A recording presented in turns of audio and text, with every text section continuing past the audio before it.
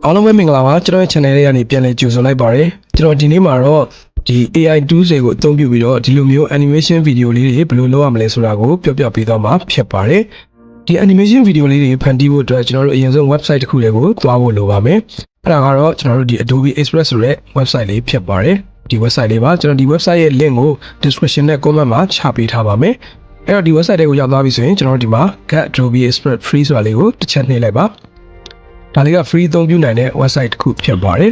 Nice. Okay ကျွန်တော်တို့ဒီထဲကိုရောက်သွားပြီဆိုရင်တော့ကျွန်တော်တို့ဒီမှာ video ဆိုတာကိုနှိပ်လိုက်ပါပြီးတော့ဒီမှာ video quick action ဆိုတာရှိပါတယ်အဲ့ဒီမှာ viewer ကိုတစ်ချက်နှိပ်လိုက်ပါပြီးရင်ဒီမှာ animate character ဆိုတာလေးကိုတစ်ချက်ယူလိုက်ပါ Okay ဒါဆိုရင်တော့ဒီထဲကိုရောက်သွားပါလိမ့်မယ်ကျွန်တော်တို့ဒီမှာကိုကြိုက်နှင်းသက်တဲ့ပုံစံကိုကြိုက်နှင်းသက်တဲ့အရုပ်လေးတွေ animation cartoon လေးတွေကိုရွေးလို့ရပါတယ်ဒီမှာလူပုံစံတွေလည်းရှိတယ်ဒါမှမဟုတ်လို့ရှိရင်ဒီမှာ trace လေးတွေပုံစံလေးတွေနဲ့လည်းရှိတယ်နောက်ဒီမှာZodiac sign လေးတွေနဲ့လည်းရှိတယ်ဗောနော်ကိုကြက်နှစ်သက်ရာကိုအသုံးပြုနိုင်ပါတယ်နောက်တစ်ခုကကျတော့ဒီမှာ background ဖြစ်ပါတယ်ဒီ background ကိုကျတော့ကျွန်တော်တို့ဒီမှာစိတ်ကြိုက်ရွေးချယ်လို့ရပါတယ်နောက်ခံဘယ်မှာထားမလဲခန်းထဲမှာပြောမလားပြင်ပမှာပြောမလားကျွန်တော်ဒီမှာ indoor outdoor နောက်ဒီမှာကြိုက်တယ်လို့ရွေးလို့ရတယ်ဒါမှမဟုတ်ဘူးဆိုရင်လည်းကိုကြိုက်နှစ်သက်တဲ့ background ရှိရဆိုရင်လည်းကျွန်တော်ဒီမှာ upload image ကနေတစ်ဆင့်ကိုကြိုက်နှစ်သက်ရာကိုရွေးပြီးတော့ထည့်လို့ရပါတယ်အဲတော့ကျွန်တော်တို့အခုဒီမှာ indoor လေးနဲ့ပဲစမ်းကြည့်လိုက်ပါမယ်Okay ပြီးရင်တော့ဒီမှာနောက်တစ်ခုက site ဖြစ်ပါတယ်ဒီ video site ကကိုဘယ်မှာတင်ရင်လဲ video site ဘယ်လောက်ထားမလဲဆိုတာကိုကျွန်တော်ဒီမှာရွေးလို့ရတယ် Facebook story တို့ reels တို့နောက်ပြီး TikTok တို့မှာဆိုရင်ကျွန်တော်9 to 16နဲ့သွားရပါတော့အဲ့တော့ကျွန်တော်ဒီ9 to 16ကိုရွေးလိုက်မယ်ပြီးရင်ဒီမှာ character မှာချက်ပေါ့နော်ကျွန်တော်ဘယ်ဟာလဲထားမလဲ Okay ကိုယ့်ရဲ့နောက်ခံပြောင်းညင်တဲ့အတန်နဲ့လိုက်တဲ့ character လေးကိုရွေးလို့ရတယ်ပေါ့နော်အခုကျွန်တော်ဆိုရင်ဒီ TikTok ကဒီ clip လေးတယောက်ရဲ့အတန်နဲ့ဖန်တီးမှာဖြစ်တဲ့အတွက်ကြောင့်ဒီ comment လေးပုံကိုရွေးလိုက်မယ်ပြီးရင်တော့ကိုပြောင်းကျင်တဲ့ဗီဒီယိုရဲ့အတန်ကိုယူမယ်ပေါ့နော်အဲ့ဒီအတွက်ကျွန်တော် browse ဆိုတာကိုနှိပ်လိုက်မယ်ပြီးရင်ကိုယ့်ရဲ့ဖုန်းဒါမှမဟုတ် laptop ထဲမှာရှိတဲ့ဗီဒီယိုလေးတစ်ခုကိုကျွန်တော်ဒီမှာရွေးချယ်ပေးလိုက်အောင်ပါပဲဒါဆိုရင်တော့ကျွန်တော်ဒီ upload လုပ်ပြီးတော့ဒီ animation ပုံစံလေးပြောင်းပြီးနေပြီဖြစ်ပါတယ်ကျွန်တော်ဒီမှာတော့ခဏလောက်လေးစောင့်ပေးရပါမယ် Okay ကျွန်တော်တို့ခဏလောက်စောင့်ပြီးတဲ့အခါမှာတော့ကျွန်တော်တို့ဒီ animation ဗီဒီယိုလေးရသွားပြီဖြစ်ပါတယ်ကျွန်တော်ဒီမှာစမ်းပြီးတော့ကြည့်လို့ရပါတယ်မာရာမောက်ချတ်တို့အသေးတို့စားကြရတဲ့ဟုတ်ဘောကြည်အောင်လို့တရားမတရားတော့ Okay ဒါဆိုရင်တော့ကျွန်တော်ဒီချစ်စရာ animation video လေးရသွားပြီဖြစ်ပါတယ်ပြီးရင်တော့ကျွန်တော်ဒီမှာ download လေးကိုနှိပ်ပြီးတော့ကျွန်တော်တို့ဖုန်းဒါမှမဟုတ် laptop တွေကို save လုပ်လိုက်အောင်ပါပဲမာရာစံတော်မာရာမောက်ချတ်တို့အသေးတို့စားကြရတဲ့ဟုတ်ဘောကြည်အောင်လို့တရားမတရားတော့မာရာစ Okay ကျွန်တော်တို့ဒီအားလေးကအရန်ကိုလွယ်ကူတဲ့အတွက်ကြောင့်မလို့ကျွန်တော်တို့အပြင်းပြဖြစ်ဖြစ်ကျွန်တော်တို့ဒီ TikTok တို့ YouTube တို့မှာတင်ပြီးတော့ဝင်ဝင်ရှာချင်တာပဲဖြစ်ဖြစ် follower ရှာချင်တာပဲဖြစ်ဖြစ်ကျွန်တော်တို့ဒီမှာအသုံးပြုလို့ရပါတယ်ဒါကတော့ကျွန်တော်တို့ဒီရှိပြီးသားအတန်လေးကိုအသုံးပြုပြီးတော့ animation ဖန်တီးတာဖြစ်ပါတယ်ဒါမှမဟုတ်ဆိုရင်လည်းနောက်ထပ်ကိုယ်တိုင်ကိုယ့်အစားဆုံးဖန်တီးနေတယ်ဆိုရင်လည်းကျွန်တော်နောက်တစ်နည်းကိုပြပြပါမယ်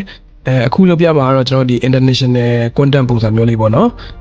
်ဒီဟာတာလေးကိုကျွန်တော်လုပ်ပြပါမယ်အဲ့ဒီတော့ကျွန်တော်အရင်ဆုံး ChatGPT ကိုတစ်ချက်သွားလိုက်ပါမယ်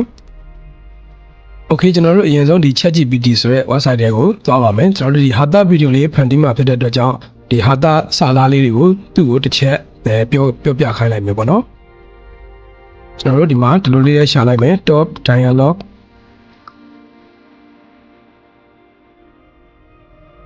Okay ကျွန်တော်တို့ပြီးရင်တော့သူ့ကိုတစ်ချက်ထုတ်ခိုင်းလိုက်မယ်အဲဆိုရင်တော့ကျွန်တော်တို့ဒီမှာစာကြောင်းလေးနှစ်ကြောင်းရသွားပြီပေါ့နော်အဲ့တော့ဒီစာသားလေးကိုကျွန်တော်တို့အတန်ဖြစ်ပြောင်းမယ်အဲ့ဒီတော့ကျွန်တော်တို့ဒီ Eleven Lab ဆိုတဲ့ website လေးကိုတစ်ချက်အသုံးပြုပါမယ်ကျွန်တော်တို့ဒီ search bar မှာ Eleven Lab ဆိုပြီးတော့ရိုက်ရှာလိုက်ပါ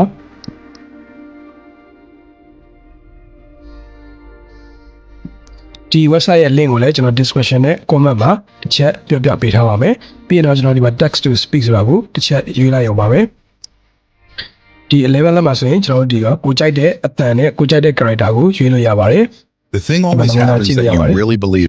Just trust yourself, then you will know. There is no greater harm. Let me tell you what my I think this is a really nice way to just talk naturally together. You know, talk. ဒီမှာဆိုရင်ကျွန်တော်တို့ဒီ bag မှာကိုကြိုက်တဲ့ character လေးတွေကိုတစ်ချက်ရွေးချယ်လို့ရပါတယ်ဒါဆိုရင်တော့ဒါတွေက free ပေးသုံးထားတဲ့အတန်တွေဖြစ်ပါတယ် The thing always happens that you really believe in. As we are liberated from our own Okay အဲ့တော့ကျွန်တော်တို့ဒီအတန်လေးကိုတစ်ချက်ရွေးချယ်လိုက်မယ်ပြီးရင်တော့ဒီ ChatGPT ကပြထားတဲ့စာကြောင်းလေးတစ်ကြောင်းကို copy လိုက်မယ် ပြီးရင်တော့ဒီမှာ paste လုပ်လိုက်အောင်ပါပဲ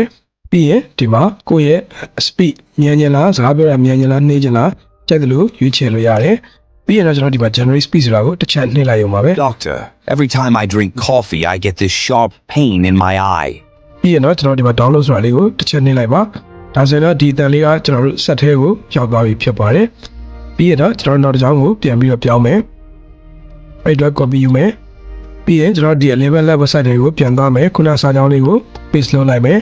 ပြီးရင်ကျွန်တော်ဒီ generate speed ဆိုတာလေးကိုပဲတစ်ချက်ထပ်နှိပ်လိုက်ပါမယ် Try taking the spoon out of the cup. ကျွန်တော်တို့ဒီ download ဆိုတာလေးကိုတစ်ချက်ထည့်နေလိုက်မယ်ဒီ website ကတော့ကျွန်တော်တို့ပြောင်းညင်တဲ့စာသားတွေကိုကျွန်တော်တို့ဒီ voice over အဖြစ်အတန်အဖြစ်ပြောင်းလဲပေးတဲ့ website တစ်ခုဖြစ်ပါတယ်ဒီမှာအသုံးပြုဖို့လည်း credit တွေအများကြီးပေးထားတဲ့အတွက်ကြောင့်မလို့တော်တော်လေးလုပ်လို့အဆင်ပြေရပေါ့နော်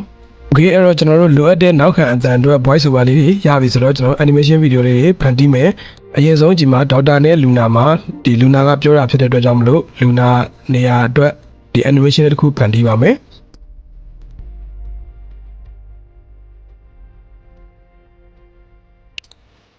ကိုကျန်နေတဲ့ပုံစံလေးတစ်ခုကိုကျွန်တော်တို့ရွေးချယ်ပြီးတော့ဖန်တီးလို့ရပါတယ်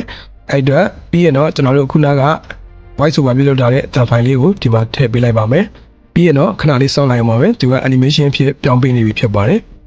Okay ခဏစောင့်ပြီးရင်တော့ကျွန်တော်တို့ဒီ animation video ပထမတစ်ချောင်းစာလေးရပါပြီကျွန်တော်ဒီမှာ save ပြီးတော့ကြည့်လိုက်လို့ရပါတယ် I get this sharp. Okay စင်ပြေသွားပြီဆိုရင်ကျွန်တော်ဒီမှာ download လေးကိုဆွဲပြီးတော့နှိပ်ပြီးတော့ကျွန်တော်တို့ဒီ set ထဲကို download ဆွဲလိုက်မယ်အခုကဒီ Luna ရဲ့အပိုင်းပြီးသွားပြီဆိုတော့ကျွန်တော်နောက်ထပ်ဒေါက်တာပြောတဲ့စာကြောင်းအတွက် animation ဖန်တီးပါမယ် Okay အဲ့တော့ဒေါက်တာနေရာမှာပြောဖို့အတွက်ကျွန်တော်တို့ဒေါက်တာပုံစံလေးကိုတစ်ချက်ရွေးမယ်ဟိုလိုချင်တယ်လို့ site လေးကိုချုပ်မယ်ချဲ့မယ်ကိုကြိုက်တဲ့ဟာရွေးပြီးပြီဆိုရင်တော့ကျွန်တော်တို့ခုနကဒုတိယအတန်ပိုင်းကိုဒီမှာ upload လုပ်ပေးလိုက်မယ်ဒါဆိုရင်တော့ဒီဒုတိယစာကြောင်းအတွက်အတန်ပိုင်းကို animation ဖြစ်ပြောင်းပေးနေပြီဖြစ်ပါတယ်ခဏလေးစောင့်လိုက်ရအောင်ပါပဲခဏစောင့်ပြီးတဲ့အခါမှာတော့ကျွန်တော်ဒီနောက်တစ်ကြောင်းအတွက် animation video လေးရပြီဖြစ်ပါတယ် Taking the spoon out of the cup. စင်ပြေသွားပြီဆိုတော့ကျွန်တော် download လေးဆွဲပြီးတော့တစ်ခါထပ်ပြီးတော့တင်ထားလိုက်မယ်ဒီလိုလေးနဲ့ကျွန်တော်တို့ဒီ voice over တွေမှန်သမျှကိုကျွန်တော်တို့ဒီ animation လေးတွေဖြစ်ပြောင်းလိုက်မယ်ပေါ့နော်ဒါဆိုရင်တော့ကျွန်တော်တို့ခုနကဒီ Hatha စာကြောင်းလေးနှစ်ကြောင်းအတွက် animation video လေးနှစ်ခုရသွားပြီပေါ့နော်အဲ့တော့ခုန animation နှစ်ခုကိုကျွန်တော်တစ်ခုလေးပြဖန်တီးဖို့အတွက်ကျွန်တော်တို့ CapCut ထဲကိုဝင်လိုက်မယ်ဒီမှာ create project ဆိုတာကိုတစ်ချက်နှိပ်လိုက်မယ်ပြီးရင်တော့ကျွန်တော်တို့ခုန download လုပ်ထားတဲ့ video နှစ်ခုကိုဒီထဲမှာ import လုပ်လိုက်မယ်ပြီးတော့ရင်တော့ဒီပထမဆုံး video ကိုရှေ့မှာထားမယ်ဒီ video တော့ကျွန်တော်တို့ဒီနောက်မှာတစ်ချက်ထားလိုက်မယ်ဒါဆိုရင်တော့ video လေးကဒီလိုလေးဖြစ်သွားပါလိမ့်မယ် Doctor, every time I drink coffee, I get this sharp pain in my eye. Have you tried taking the spoon out of the cup? ဒါကတော့ကျွန်တော်ဒီဟာတာလေးဖြစ်ပါတယ် Luna က copy တောက်တဲ့ခါတိုင်းမျက်စိနာနေတယ်တဲ့အဲ့ဒီအတွက်ဒီဆရာဝန်က copy တောက်ရင်ခွက်ထဲကဇုံကိုဖယ်တောက်လာပေါ့နော်ပြောချင်တာကတော့ဇုံနဲ့မျက်လုံးကိုထိုးပြီးလို့မျက်လုံးကနာနေရဆိုတဲ့သဘောပါအဲ့ဒီဟာတာလေးဖြစ်ပါတယ်ဒါကမှကျွန်တော်တို့ဒီမှာစာတန်းလေးထိုးပေးခြင်းနဲ့ဆိုရင်လည်းကျွန်တော်တို့ဒီ CapCut ရဲ့ auto caption ဆိုတာလေးကိုရွေးလိုက်မယ် English ကိုရွေးပြီးရင်ဒီမှာကျွန်တော်တို့ generate လုပ်လိုက်အောင်ပါပဲဒါဆိုရင်တော့ကျွန်တော်တို့ဒီ CapCut ကဒီပြောတဲ့စကားလေးတွေကို auto စာတန်းထိုးပေးပါလိမ့်မယ်ဒီစာတန်းလေးအတွက်ကိုကြိုက်နေတဲ့ပုံစံနဲ့စာတန်းထိုးလို့ရတယ်ဒီမှာ template လေးတွေရှိတယ်ကျွန်တော်ဒီပုံစံလေးနဲ့တစ်ချက်ရွေးလိုက်မယ်ပေါ့နော် Doctor, every time I drink coffee, I get this sharp pain in my eye. Have you tried taking the spoon out of the cup? ပြီးရင်တော့ဒီ video လေးကို export လုပ်ပြီးတော့ကျွန်တော်တို့ထုတ်လိုက်ရမှာပဲဒါဆိုရင်တော့ဒီ video လေးကိုကျွန်တော်တို့ channel တဲ့ platform မှာ every time I drink ပြီးတော့ဒီ follower တွေ view တွေရှာလို့ရပြီပေါ့နော်အားလုံးပဲဒီနီးလေးကအရန်ကိုလွယ်ကူတဲ့အတွက်ကြောင့်မလို့လိုက်ပြီးတော့စမ်းကြည့်ကြပါလို့ကျွန်တော်ပြောချင်ပါတယ်အဆုံးထိကြည့်ရှုပေးကြလို့အားလုံးကိုကျေးဇူးတင်ပါတယ်နောက် video တွေမှာပြန်တွေ့ကြပါမယ်ကျွန်တော်ရဲ့ channel လေးကိုလည်း subscribe လုပ်ထားပေးကြဖို့တောင်းဆိုချင်ပါတယ်ဗျာ